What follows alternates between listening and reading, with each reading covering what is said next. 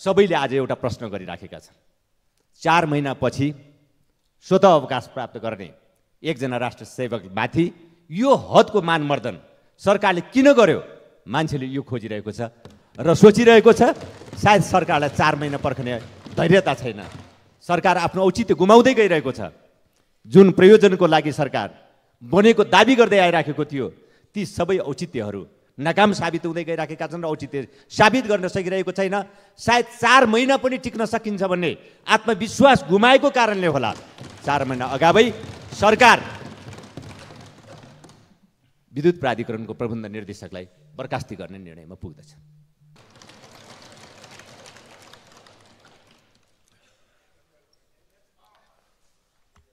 मान्य सदस्यहरू सबै उठ्नु भएको छ।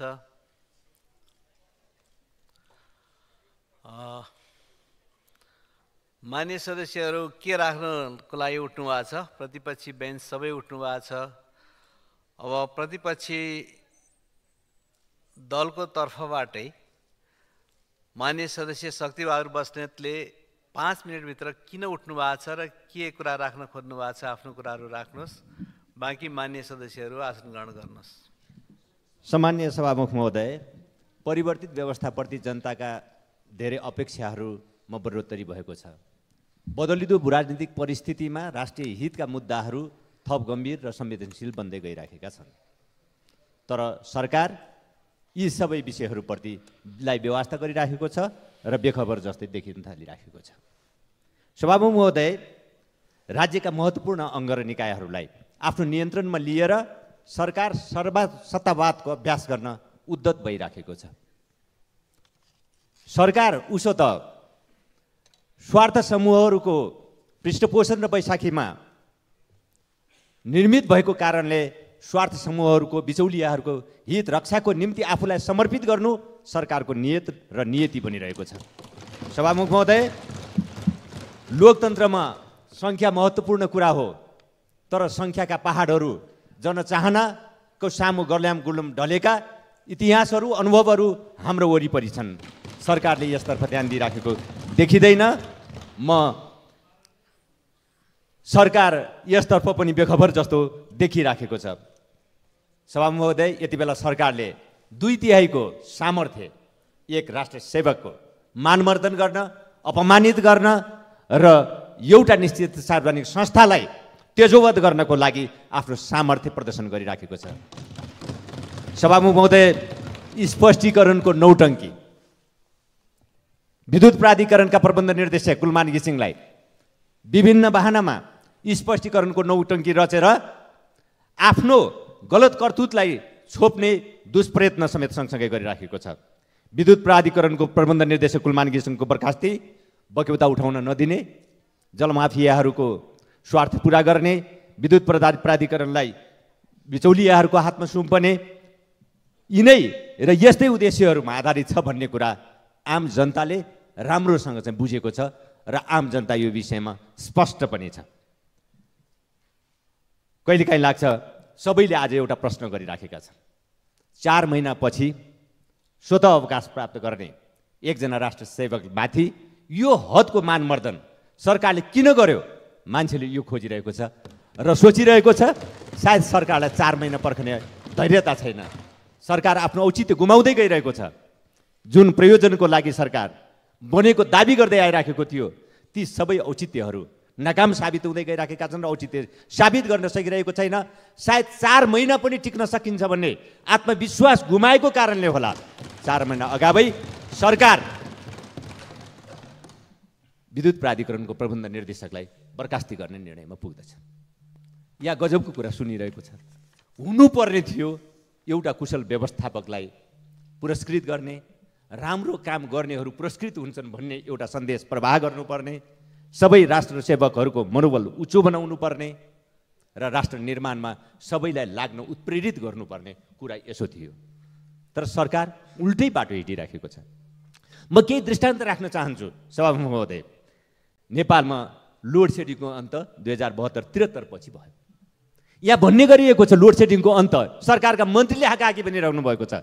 लोड सेडिङको अन्त अमुक राष्ट्रको कारणले भयो, मित्र राष्ट्रको कारणले भयो। तथ्यहरूले भनिराखेका छन् 2072-73 सम्म भारतबाट आयात गर्ने बिजुली 34% हिस्सा थियो नेपालमा। तर कुलमान घिसिङलाई प्रबन्ध निर्देशक बनाएर ल्याएको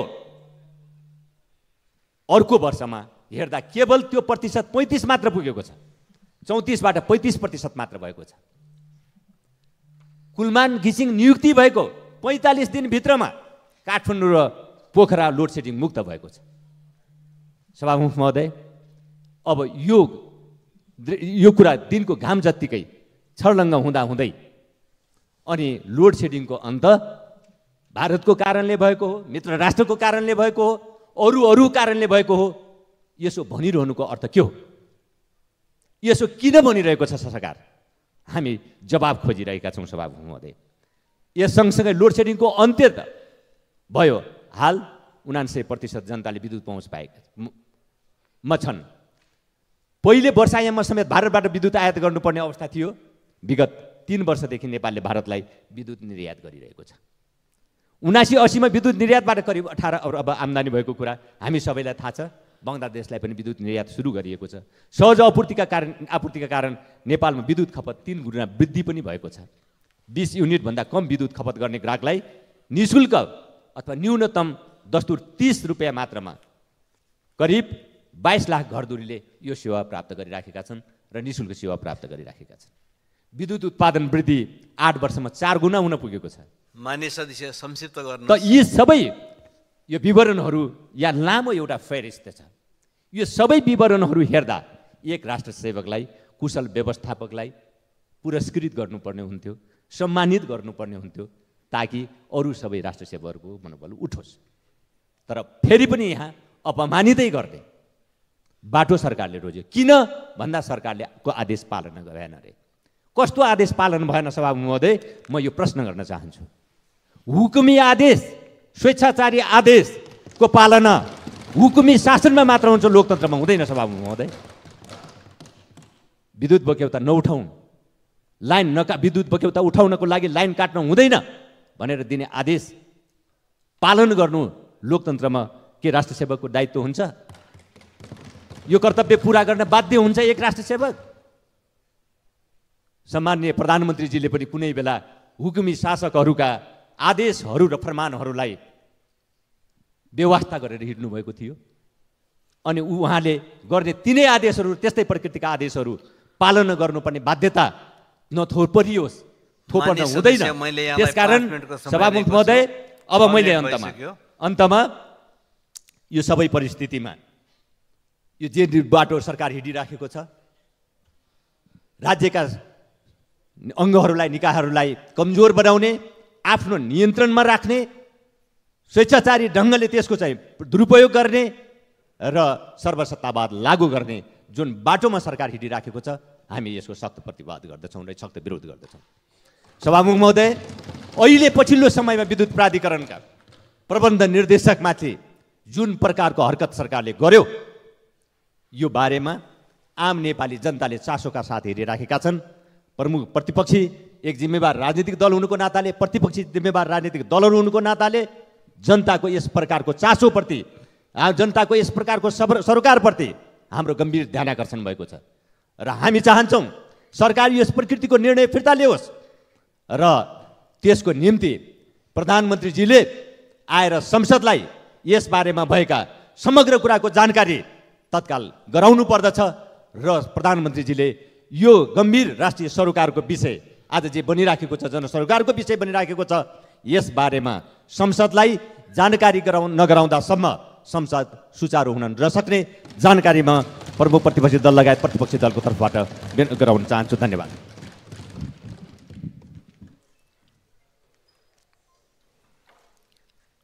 मान्य सदस्यहरू, आसन ग्रहण गरौँ। किनभने यहाँहरूले संसदमा सरकारको जवाफको माग गर्नुभएको छ। सरकारले जवाफ दिनको लागि पनि उसलाई सूचना हुनुपर्छ। उसले पनि समय माग्नु स्वाभाविक हुन पनि सक्छ। त्यसले गर्दा यहाँहरूले राख्नुभएको कुरा ध्यान आकृष्ट भएको छ। आसन ग्रहण गरेर सभाको कारबाहीलाई अगाडि बढाउनको लागि मान्यहरूले सहयोग गर्नुहोस्। म मान्यजीहरूलाई त्यो अनुरोध गर्दछु।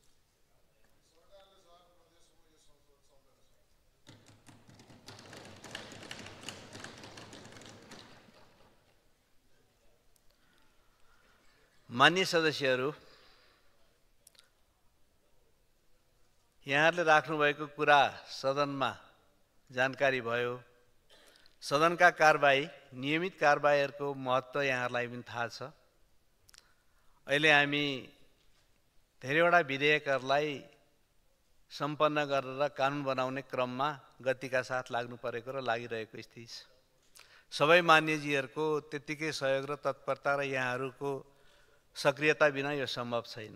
त्यसकारणले त्यो कुराहरू पुरा गर्ने कुरामा यहाँहरूले कारबाहीलाई अगाडि बढाउन साथ दिनको लागि आसन ग्रहण गर्न म अनुरोध गर्दछु।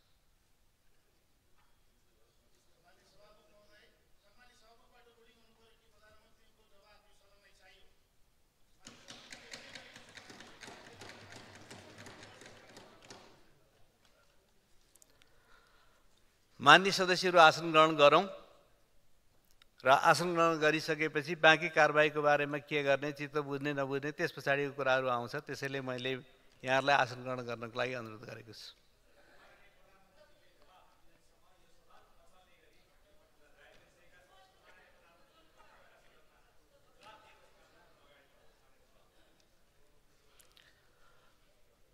आकस्मिक समयमा अरू पनि मान्यजीहरूले बोल्नको लागि समय माग गर्नुभएको छ र त्यस पछाडि आजका अन्य विषयहरूमा जानको लागि पनि मान्यजीहरूको आसन ग्रहण गरेर सहयोग गर्नु जरुरी हुन्छ। त्यस कारणले मान्यजीहरू आसन ग्रहण गरौँ।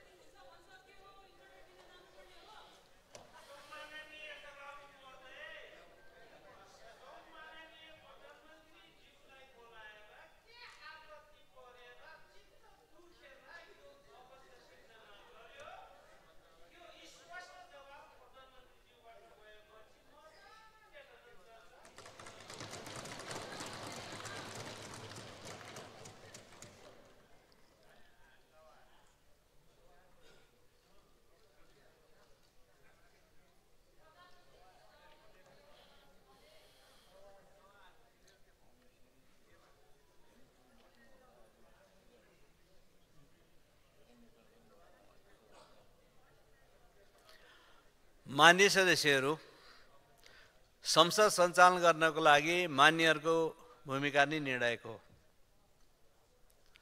मान्य सदस्यहरू उठिरहेको बेलामा, त्यसमा पनि सिङ्गो प्रतिपक्षी उठिरहेको बेलामा संसद सञ्चालन गराउन कोसिस गर्नु सम्भव र उचित हुँदैन। मान्यज्यूहरूले सरकारको जवाफ नमागेसम्म सदन चल्न नदिने भन्ने कुराहरू सुनिएकै छ। त्यसले गर्दाखेरि जवाफ नआएसम्म चल्न नदिने अथवा उभिरहने कुराहरू सुनिएकै छ। त्यसैले म मान्यजीहरूलाई आसन ग्रहण गरेर सभा सञ्चालन गर्न सहयोग गर्नको लागि अनुरोध गर्दछु र त्यस पछाडि अरू कारबाहीहरूमा बाँकी कुराहरू गर्दै जानलाई म अनुरोध गर्दछु।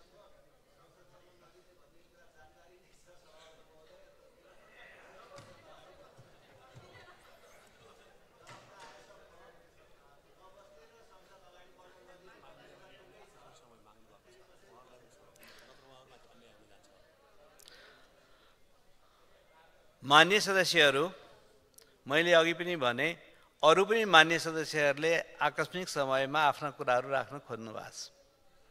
उहाँहरूले समय माग गर्नुभएको छ र मान्य सदस्यहरूले आसन गरेर उहाँहरूलाई समय दिउँ। त्यस पछाडि उहाँहरूले बोलेपछि के गर्नुपर्ने भन्ने कुराहरू फेरि केही समस्या आयो भन्ने कुरा गरौँ। त्यसले गर्दा मान्य सदस्यहरूलाई आसन ग्रहण गरिदिनको लागि म अनुरोध गर्छु। यदि मान्य सदस्यहरूको मात्रै कुरा सुन्ने र अरूको कुराहरू नसुन्ने हो भने अरूलाई पनि त अन्याय पर्छ होला नि।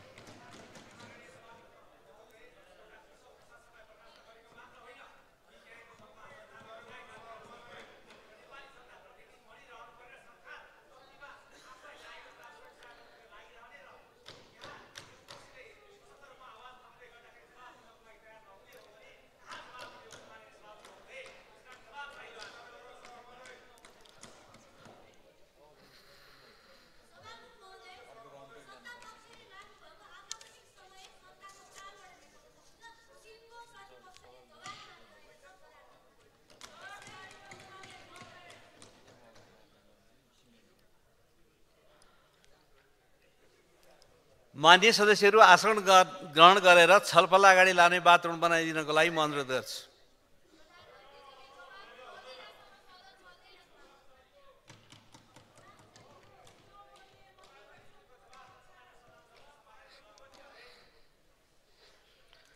मान्य सदस्यहरू, अब यो बैठक आजै आधा घण्टापछि बस्ने गरी स्थगित हुन्छ।